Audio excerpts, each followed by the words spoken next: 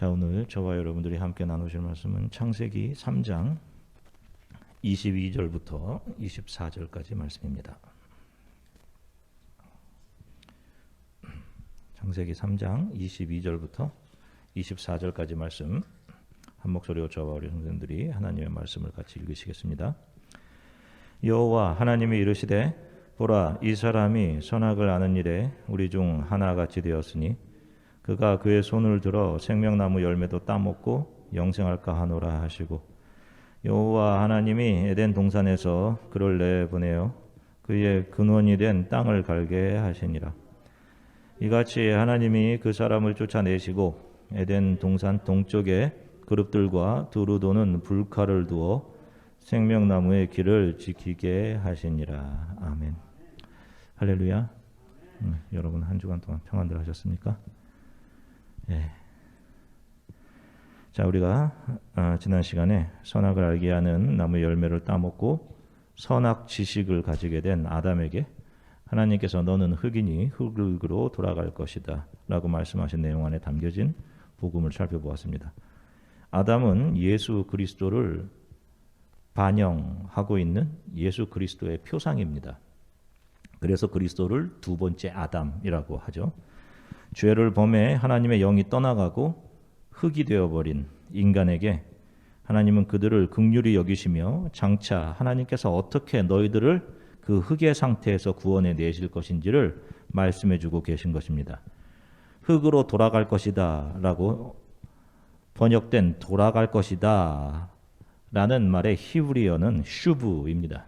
이 슈브라는 단어는 우리가 지난주에 살펴보았듯이 시편 23편 3절에 내 영혼을 소생시키시고 라고 하는 곳에 사용된 단어입니다. 그러므로 이 단어는 소생시키다, 회복시키다 라는 의미로 이것 역시 이 본문에도 적용되어야 맞는 것이고, 이 말씀 안에서는 너는 흙이 되어서 흙들을 구원하게 될 것이다 라고 하시는 장차 두 번째 아담으로 오시는 그리스도 예수의 구원 사역이 복음으로 담겨져 있는 것입니다. 그래서 이 구원의 소식을 들은 아담이 그의 아내의 이름을 무엇이라고 짓는 것이죠? 하와. 그 의미가 생명을 주는 자. 그렇게 이름을 지은 거예요. 그 하와를 통해 여인의 후손이 오게 되는 것이죠. 자, 이 역사가 참 긴 것 같이 느껴지시죠? 우리의 삶 또한 한 100년이면 길게 느껴지잖아요. 이제 20대이신 분들, 아니 30대인가? 20대이신 분들은 언제 참 내가 언제 노인이 될까 막연하게 들리죠. 우리 교회도 연세가 많으신 어르신들이 계신데요. 어떻다고 생각하세요? 인생의 이 시간이. 정말 빠르다고 생각하시죠. 정말. 우리를 보면 언제 우리가 이렇게, 여러분 지금 연령대 40대 50, 내가 언제 이렇게 40대 50대가 되었지? 생각하시죠. 이 역사는 영혼에 비하면 이 지금 펼쳐져 있는 이 역사는 한 경점과 같은 거예요. 한 점과 같은 겁니다. 아주 짧은 강의 시간이에요. 이 강의 시간을 통과하고 있는 거란 말이에요. 이 강의 시간을 통해 하나님의 자녀들이 흙에서 건져내어 거듭남을 경험하고 하나님이 어떤 분이신지를 알고 배우게 되는 것입니다. 이것이 여러분들에게 펼쳐진 삶의 목적, 이유인 거예요. 자, 오늘 본문에는 선악을 알게 하는 나무 열매를 따먹고 선악 지식을 가지게 된 인간이 에덴으로부터 세상으로 내어 쫓기는 장면이 나오죠. 자, 우리가 이제 그렇게 이해를 하고 있죠. 여기를 보시면 하나님께서 아담을 그라고 표현해요. 이제 아담을 에덴에서 내보내시고 그의 근원이 된 땅을 갈게 하셨다라는 말씀이 나옵니다. 그래서 많은 교회 다니는 사람들이 이건 역시 저주라고 생각해요. 그래서 그 이후로 아담은 땅을 경작하는 농부로서의 삶을 살게 되었다라고 생각을 하는 겁니다. 그렇죠? 이 본문을 통해서. 자, 그러면 이제 바로 곧 이어 4장에 나오겠지만 가인의 후손들 중에 하나님으로부터 버림을 받지 않습니까? 가인의 후손들 중에 농사에서 벗어나서 철로 기계를 만드는 가인의 후손들이 나온단 말이에요. 또 악기를 만들어서 즐거움으로 삶을 사는, 그렇게 철로 기계를 만들고 악기를 만들어 힘으로 다른 사람들을 누르고 지배하며 즐기는 삶을 살고 또 목축의 기술로 부를 축적하게 된 사람들이 나오게 되잖아요. 그런 가인의 후예들은 인간의 위대함을 드러내면서 그들의 능력으로 하나님의 저주를 벗어난 것으로밖에 해석할 수가 없는 거예요. 인간의 능력이 위대하다라는 것을 증명하는 거예요. 자, 이 말씀 역시 죄를 지은 인간들을 고쳐주시고 다시금 흙 속에서 건져내실 두 번째 아담으로 오시는 예수 그리스도의 구원의 이야기를 하고 계신 겁니다. 땅을 간다는 것은 농사의 수고를 이야기하는 것이 아니라 신약 성경에서 예수께서 비유하셨듯이 씨를 뿌려서 결국 그것을 경작하고야 마시는 농부로서의 하나님의 수고를 이야기하는 거예요. 이 비유를 말씀하실 때 예수께서 밭은 사람의 마음이라고 합니다. 그리고 씨는 무엇이라고 하죠? 씨는 무엇? 씨는 말씀. 씨는 말씀이라고 하시잖아요. 이 땅에 오신 하나님이신 예수님께서 말씀으로 뿌리시는 거예요. 말씀을 뿌리시는 것이죠. 자, 지금 에덴 서쪽에서 동쪽으로 사람을 이제 내보내는 겁니다. 동쪽으로. 아담과 하와에게 바로 이 말씀을 하고 계신 거예요. 장차 그리스도가 어떻게 오셔서 말씀으로 경작할 것인지를, 사람들의 마음을. 자, 좀 더 구체적으로 말씀을 드릴게요. 에덴에서 사람을 내보내시고 에덴 동쪽에 무엇을 두었다라고 합니까? 오늘 성경을 보면 오늘 본문에 무엇을 뒀죠? 천사와 또 천사들이 손에 들고 있는 게 있죠. 불칼. 그죠? 자, 그 천사들은 히브리 말로 체루빔입니다. 앞에 보시면. 자, 에덴은 무엇을 상징한다라고 말씀드렸어요? 우선 구약 성경에 나올 성막, 성전을 상징하죠. 그리고 궁극적으로 장차올 하나님의 나라를 상징합니다. 그런데 그림을 보시면 성막 서쪽에 무엇이 위치하고 있어요? 자, 서쪽 아주 깊숙한 곳에 있는 것이 지성소란 말이에요. 하나님의 임재가 있는 곳이에요. 대제사장만 들어갈 수 있어요. 일반 사람들은 못 들어가. 그리고 이 지성소 동쪽에 지성소와 성소를 가로막고 있는 휘장이 있어요. 휘장이. 서쪽 깊숙한 곳에 지성소가 있죠. 여기가 바로 하나님이 거하시는 셋째 하늘, 장차 우리가 거할 하나님의 나라, 거룩한 도성을 상징하는 거예요. 그런데 이 지성소로 들어가는 동쪽에 휘장이 쳐져 있는 겁니다. 자, 그 다음을 보시면, 그런데 이 휘장에 무엇을 그리라고 하셨어요? 하나님께서 모세에게. 무엇이 그려져 있죠? 바로 체루빔, 천사예요. 에덴을 맡고 있던, 에덴 동쪽을 가로막고 있으면서 서쪽 생명나무를 지키던 그 천사들 체루빔입니다. 출애굽기 26장 31절을 보면 하나님께서 모세에게 이 휘장에는 이런 그림을 그려라. 바로 이 체루빔들을 그려라 라고 하는 거예요. 그 에덴의 서쪽을 막아섰던 그 천사들, 그룹들이 무엇을 의미하는 것인지를 모세에게 알려주신 겁니다. 자, 오늘 본문을 보니까 이 천사들 체루빔이 손에 무엇을 들고 있어요? 번역된 한글 성경대로 보면 불칼인데 어떤 불칼? 두루 도는 불칼. 이렇게 되어 있어요. 그러니까 여러분들이 이 말씀을 상상해 보면 어떤 상상이 있어요? 어떤 생각을 하십니까? 천사가 쫓겨난 인간들이 다시는 에덴 서쪽으로 들어오지 못하도록 마치 광선검을 이렇게 빙빙 돌리고 있는, 광선검으로 이렇게 못 들어오게, 그런 모습이 상상될 것입니다. 그렇죠? 자, 보시면, 자, 에덴 동쪽을 지키고 있던 두루 도는 불칼이라는 말에서 두루 도는이라고 번역된 히브리어는 하파크라는 단어입니다. 이 단어는 두루 도는이라기보다는 깨어 부수는, 깨어 부숴내다, 변화시키다, 이런 의미예요. 그러니까 정확히 말하면 깨어 부수는 칼이라는 의미입니다. 그것이 에덴 동쪽에서 서쪽을 지키고 있는 거예요. 그러니까 빙빙 막 돌면서 무섭게 아무도 못 들어오게 막는 칼이라기보다는 무엇인가를 깨어 부수고 변화시키는 칼인 것입니다. 자, 그 칼이 구체적으로 무엇을 의미하는지 신약을 보시면 에베소서 6장 17절 말씀입니다. 같이 읽으시겠습니다. 구원의 투구와 성령의 검, 곧 하나님의 말씀을 가지라. 아멘. 보세요. 검, 칼이라는 것은 바로 진리의 말씀이다. 하나님의 말씀이다. 이렇게 말씀하세요. 그러니까 에덴을 지키고 있던 칼은 표면적인 의미로의 칼이 아니라 두 번째 아담으로 오시는 예수 그리스도, 진리의 말씀이신 그분 자체, 그분으로 인해 선포되어지는 진리의 말씀을 가리키는 것이 분명했던 것입니다. 자, 좀 더 증명을 해갈게요. 자, 예수께서 오셔서 한번 이런 말씀을 하십니다. 자, 마태복음 10장 34절부터 35절 말씀 같이 읽으시겠습니다. 내가 세상에 화평을 주러 온 줄로 생각하지 말라. 화평이 아니요 검을 주러 왔노라. 내가 온 것은 사람이 그 아버지와 딸이 어머니와 며느리가 시어머니와 불화하게 하려 함이니. 아멘. 이게 무슨 말씀인 거예요, 여러분? 프린스 오브 피스잖아요. 예수 그리스도는. 무슨 화평이 아니라 검을 주러 왔다니. 이게 무슨 말씀이에요? 예수를 믿지 않는 형제와 부모와는 관계를 끊으라는 말씀입니까? 실제로 어느 분이 부흥에 와서 그렇게 하시는 분들을 들은 적이 있어요. 그런 각오까지 해야 된다. 뭐 이런.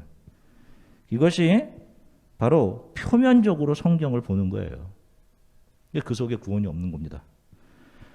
예수께서는 사람들에게 그들이 이 땅에 잘 정착해서 그 속에서 행복하게 잘 살기 위한 그 무엇인가를 주기 위해 오신 것이 아니라 내가 검을 주러 왔다. 그 말씀을 하시는 거예요.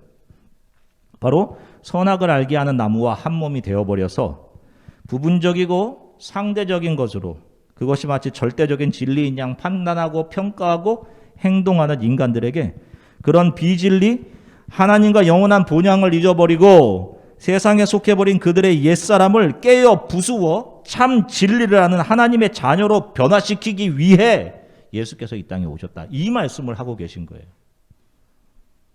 진리로 너희를 부수어내기 위해서 오셨어.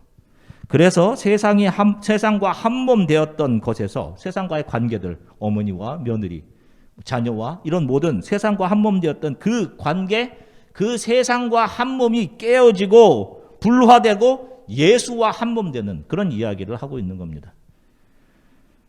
그 변화시키는 불칼로 에덴과 그 안에 있는 생명나무로의 접근을 막았다는 것은 그 진리의 말씀에 의해 내가 죽는 경험을 한 사람만, 그 검으로 찔려 죽은 사람들만 그 안으로 들어갈 수 있음을 이야기하고 있는 거예요. 그 말씀이 내 깊숙이 들어와서 더 이상 선악을 알게 하는 나무가 아닌 생명나무이신 예수 그리스도, 진리의 말씀이신 그분과 하나가 되어 그 말씀이 삶이 되어버린 사람을 말하는 거예요. 이것은 그저 말씀을 잘 읽고 말씀을 누구보다 줄줄 많이 외우고 있는 그것을 이야기하는 것이 아닙니다. 어떤 사람들은 성경은 잘 읽고 정말 많은 성경 구절들을 외우기는 하는데 그 내면의 의미는 알지 못한 채 나에게로의 위로를 위한 성경 구절들을 줄줄이 외우고 있는 사람들이 있어요. 말씀에 자기 자신이 무너지고 깨지고 맞추어져야 하는데 매일 자신이 처한 상황에 말씀을 짜집기해 맞추어서 나는 괜찮다, 그래서 나는 할 수 있다라는 위로와 자기 강화를 얻어냅니다. 자기 강화. 말씀에 자기가 죽어야 되는데 자기가 강화되면 어떻게 하냐고요. 욥기에 보면 이런 성경 구절이 나오죠. 내 시작은 미약하였으나 내 끝은 창대하리라. 아시죠? 욥기 8장 7절에 나오는 말씀이란 말이에요. 대부분 그냥 외우고 계실 겁니다. 뭐 한글 두 글자는 틀려도. 듣기에 얼마나 좋은 구절이에요. 교회 다니는 사람이 경영하는 뭐 회사나 가게, 점포, 식당에 가보면 많은 경우 이게 벽에 이렇게 붙어 있죠. 그런데 이 말은 누가 한 말이에요? 욥의 친구들 중에 하나인 수아 사람 빌닷이 고통 중에 있는 자기 친구 욥을 정죄하면서 자신은 하나님을 잘 경외해야 하는 양 잘난 체하며 한 말이란 말입니다. 나중에 하나님께 어떻게 돼요? 혼나잖아요. 그런 말 했다고. 외우는 것도 좋지만 사용하는 것도 좋지만 성경의 내면적인 의미, 나에게로의 적용, 내가 잘 되기 위한 것이 아니라 내가 더 무너지기 위한, 나의 뜻, 생각이 예수 그리스도로 해석된 진리의 말씀, 복음을 가지고 있어야 하고, 그 진리의 말씀에 내가 적용되어 내 생각과 뜻이 부서지고 깨지고 죽어야 하는 거예요, 여러분. 말씀의 역할은 그것입니다. 이 땅에서 우리를 잘되게 강화하게 긍정적인 마인드를 주는 그런 것이 아니라 그런 나의 생각들을 깨부수고 거듭나게 하는 거예요. 나를, 우리의 옛사람을 죽이는 것이죠. 왜? 그래야 지성소 하나님의 나라로 들어갈 수 있기 때문에. 늘 말씀드리지만 예수의 영이 살아있는 사람들에게 내 안에 살아계셔서 세상을 뒤로하고 하나님 나라를 향해 행진하게 하시는 예수 그리스도 이외에 어떤 위로가 더 필요한 거예요. 어떤 위로가 필요해요? 예수로 채워진 수가성 여인은 생존을 위해 가져왔던 물동이를 버려두고 마을 사람들에게 가잖아요. 영생을 주는 생수를 얻었단 말이에요. 그 여인에게 다른 건 더 이상 중요한 것이 없는 거예요. 예수 그리스도가 없기 때문에 다른 위로가 필요한 겁니다.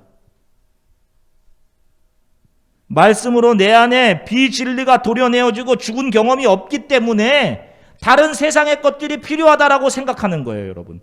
그것을 종교심이라고 하는 겁니다. 그것 때문에 교회에 오는 사람들이 있다니까요, 여러분. 또 교회에서 그런 걸 가르치고. 에덴을 지키던 불칼은 죄를 범해 하나님을 떠난 사람이 옷 입고 있던 비진리를 잘라내고 그들을 변화시켜 거듭나게 만드는 진리의 말씀을 상징하고 있던 겁니다. 그 말씀으로 죽지 않은 사람은 에덴의 서쪽 지성소 셋째 하늘 거룩한 도성에 들어갈 수 없다라고 하는 거예요. 자, 그 불칼을 손에 들은 천사들 체루빔이 지성소와 성소 사이를 가로막고 있죠. 자, 그런데 예수님께서 십자가에서 죽으실 때 어떤 일이 일어납니까? 마가복음 15장 37절부터 38절 같이 읽으시겠습니다. 예수께서 큰 소리를 지르시고 숨지시니라. 이에 성소 휘장이 위로부터 아래까지 찢어져 둘이 되니라. 아멘. 보세요. 예수께서 십자가에 죽으시는 순간 지성소와 성소를 가르는 그룹들이, 그 체루빔들이 수놓아져 있는 휘장이 찢어져 버립니다. 자, 이것은 예수께서 죄인들의 그 죄의 짐을 지시고 죽으심으로 대제사장인 그분이 성도들의 죄를 가지고 지성소에 들어갔던 것처럼 죄인들이 입고 있던 옛사람의 옷들, 그것들을 다 벗겨내시고 그들을 거룩한 새 사람으로 만들어서 본인이 먼저 들어가시고 그 길을 열어놓으신 거예요.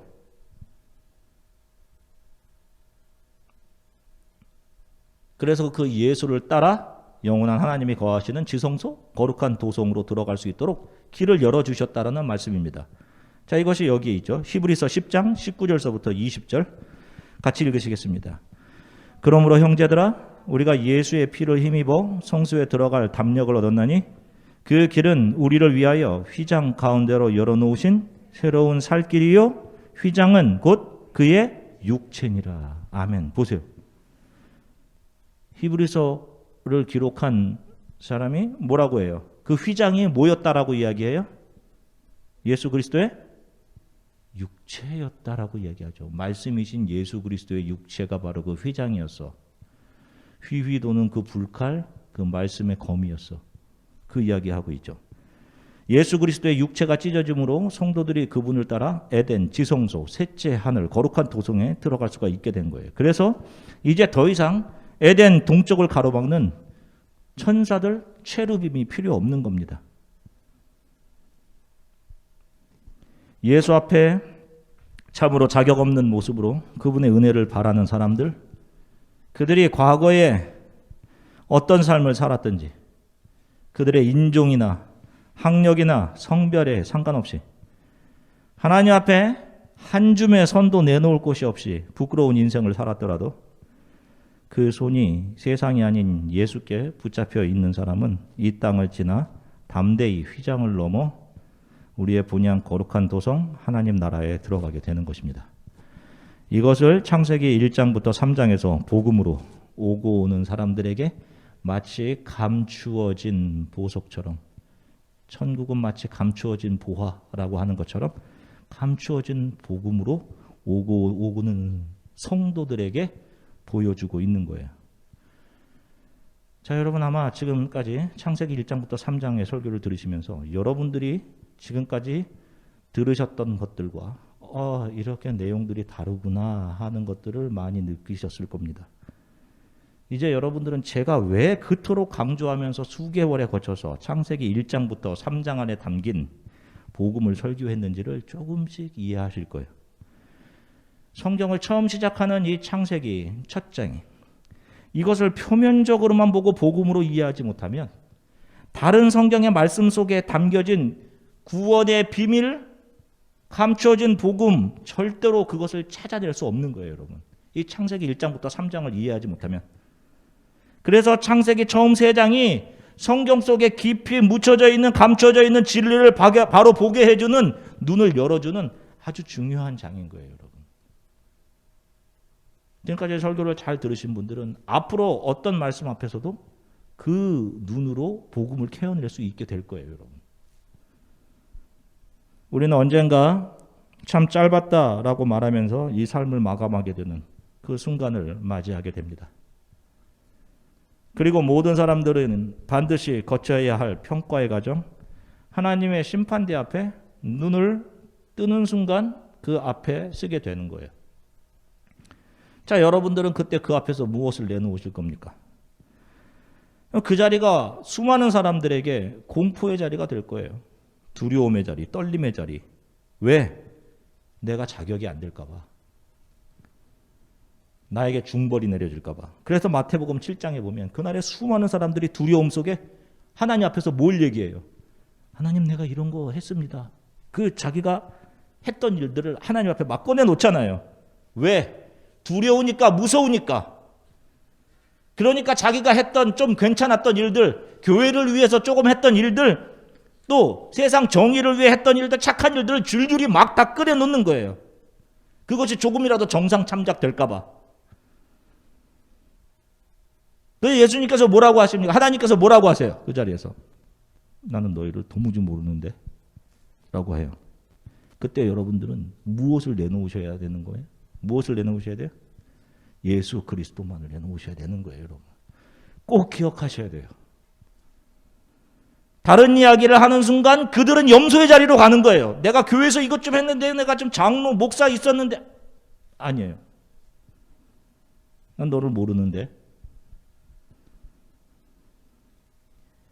저는 평생 늘 연약하고 악한 죄인이었습니다. 그런데 예수 그리스도의 은혜로 여기까지 왔습니다. 이것을 고백해야 돼요. 그 자리에서.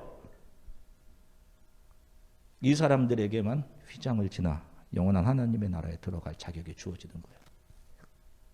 그러니까 영원한 구원은 나로부터 나오는 것이 아니에요, 여러분. 내가 한 그 어떤 것으로부터 나오는 것이 아니라 나를 변화시켜 가시는 예수 그리스도로부터 나오는 것입니다. 성도는 그 앞에서 나를 변화시켜 주시고 자격을 주시는 것은 오직 예수 그리스도시구나. 그분의 은혜만을 더 알아가고 감사하게 되는 거예요. 한 주간 동안 저는 이런 생각을 좀 해봤습니다. 많은 사람들이 하나님을 안다 그래요. 안다. 여러분들 어떻게 생각해요? 하나님 아시죠? 그런데 하나님 아는 것이란 도대체 무엇일까요? 자, 그것보다 좀 더 쉬운 거. 그러면 안다는 것은 무엇일까요? knowing. 뭐예요? 안다는 거. 여러분, 참 아는 것에는 실수가 없죠. 예를 들면 불에 손을 넣으면 탄다는 지식. 이것을 알면 누군가의 실수가 아닌 이상 자기 스스로 불에 손을 넣지는 않을 거란 말입니다. 그렇죠? 알기 때문이죠. 실수가 없죠. 사람들이 인생을 안다고 생각해요. 그리고 다른 사람들 인생에 훈수를 참 많이 둡니다. 그죠? 그건 이렇게 하는 게 낫다. 그런단 말이에요. 자녀들도 부모가 자신이 경험한 한도 내의 인생을 알려주는 거죠. 그죠? 그런데 부모가 알고 있는 것보다 더 멋지고 훌륭한 인생이 있을 수 있을까요? 없을까요? 네? 있죠. 없다라고 이야기하면 교만한 거죠. 그러면 부모의 입장에서는 부모의 인생은 다시는 실패가 없어야 되겠죠. 부모인 저도, 목사인 저도 하나님을 알아가고 있는 거예요, 지금. 알아가고 있는 중, 공사 중.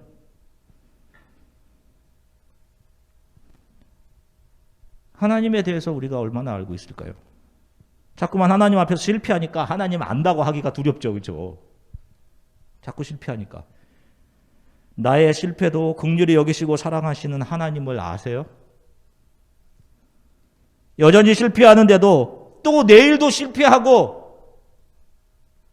그럼에도 사랑해 주시고 우리에게 묻은 이 세상의 흙, 우리 몸에 묻은 그 세상의 흙을 말씀으로 닦아내어 변화시켜 가시는 하나님, 우리가 잘해서가 아니라 우리가 더 연약해서 연약할수록 더 사랑하시는 하나님, 그분이 이끌어 가시는 오늘, 그분이 이끌어 가시는 내일은 그래서 신뢰할 만한 것이고 나를 깨끗이 씻어가는 과정인 것이고 그래서 어떠한 상황이라도 그것이 하나님의 선물이 분명한 것이라는 것을 매일매일 고백하는 거예요. 이것을 신뢰하는 사람들이 하나님을 알아가는 사람들인 겁니다. 아는이라기보다는 하나님을 알아가는 사람들. 알지 못하는 사람들이 이런 소리 하는 거예요. 40일 기도회 나와봐. 문제 해결해 주실 거야. 무슨 문제를 해결해 줘요? 응? 11조 열심히 해봐. 힘들어하고 아파하는 사람들에게 혹시 하나님 앞에 숨긴 죄가 있는 거 아니야? 뭐 이런 엉뚱한 소리나 하고 있는 거예요. 믿어봐. 왜 그렇게 믿음이 없어? 이런 말도 안 되는 성경적이 아닌 그런 소리 하고 있는 거예요. 이런 소리가 무슨 소리냐면 갈멜산에서 바알 선지자들 같은 소리인 겁니다. 바로 이런 소리들이. 그런 열심을 받으시는 분이 하나님이세요? 여러분? 미신이잖아요. 그거는. 예수 그리스도께서 오늘도 내일도 저와 여러분들을 말씀으로 진리로 우리를 변화시켜 가실 것입니다. 우리의 옛사람을 깨워 부숴 가실 거예요. 계속. 그래서 발가 벗겨서 매일 나를 부끄럽게 하시는 거예요. 여러분. 왜 그렇게 하실 거예요? 왜 그렇게? 왜 이렇게 하시는 거예요? 하나님 도대체. 그 언젠가 우리가 하나님 앞에 섰을 때 조금도 나를 자랑할 것이 없는, 그래서 그 앞에서 내가 자격이 없습니다 라는 부끄러운 모습으로 서게 만드시는 거예요. 우리를. 다른 거 내놓지 말라고. 그 앞에서 아무것도 자랑할 것 없는 우리, 감히 머리를 들지 못하고 예수의 은혜만을 내놓은 우리를 괜찮다. 너가 그 예수 붙들고 왔으니 잘한 거야. 그 우리를 영원한 하나님의 나라로 들어가게 하시는 거예요. 우리의 하루하루는 바로 이 길 위에 서 있는 겁니다. 그래서 어떤 상황이라도 그분을 신뢰하고 알아가며 감사하며 오늘을 또 내일을 소망하는 거예요. 왜? 하루하루 점점 하나님 나라에 가까운 거니까. 가까이 가는 거예요. 저 높은 곳을 향하여 가까이 가는 거예요. 이런 삶을 살아가시기를 주 예수 그리스도의 이름으로 간절히 축원합니다. 잠시 기도하겠습니다. 죄를 범한 인간들에게 생명나무를 통해 영생을 얻는 길은 너희들의 어떤 자격이나 인종이나 교육 정도나 성별이나 능력, 어떤 자격에 의해서가 아니라, 너희들로부터가 아니라 진리이신 예수 그리스도 그분으로 인해, 그분의 말씀으로 우리의 옛사람을 부수어내시는 예수 그리스도의 수고에 의한 것임을 말씀으로 알려주셔서 감사합니다. 이 삶의 교실 속에서 여기서 어떻게든 힘을 잡아서 사람들 중에 왕 노릇 대장 노릇하는 것이 아니라 영원한 하나님의 나라를 위한 하나님을 아는 지식으로 내가 잘 채워져 가게, 하나님을 잘 알아가게 해주십시오. 내가 아는 하나님은 내가 연약할수록 나를 더 긍휼히 여기시는 하나님이 분명합니다. 세상에 흙 묻은 나를 벗겨내시고 변화시켜 거듭나게 하시는 하나님의 손을 매일 감사하며 내일을 불안해하지 않고 무엇이 되는 것에 초점을 맞춘 삶이 아니라 하나님을 신뢰하며 살아가는 것에 초점을 맞추고 살아가게 하나님 나를 도와주십시오. 우리 이렇게 잠시 함께 기도하도록 하겠습니다. 기도하겠습니다. 사랑의 주님 참 감사합니다. 사랑하는 성도들 함께 하나님 말씀을 함께 나누게 하셔서 감사합니다. 인간들을 이제 파이데이아의 교실, 이제 하나님을 더 알아가야 하는 이 역사의 교실 안으로 우리를 들여보내시고 에덴의 동쪽의 문을 말씀, 진리의 말씀이신 예수 그리스도로 막아 놓으셨습니다. 누구든지 예수 그리스도로 죽지 않는 사람, 하나님의 말씀으로 죽지 않은 사람은 들어올 수가 없는 것이야. 이것을 우리들에게 알려주셨습니다.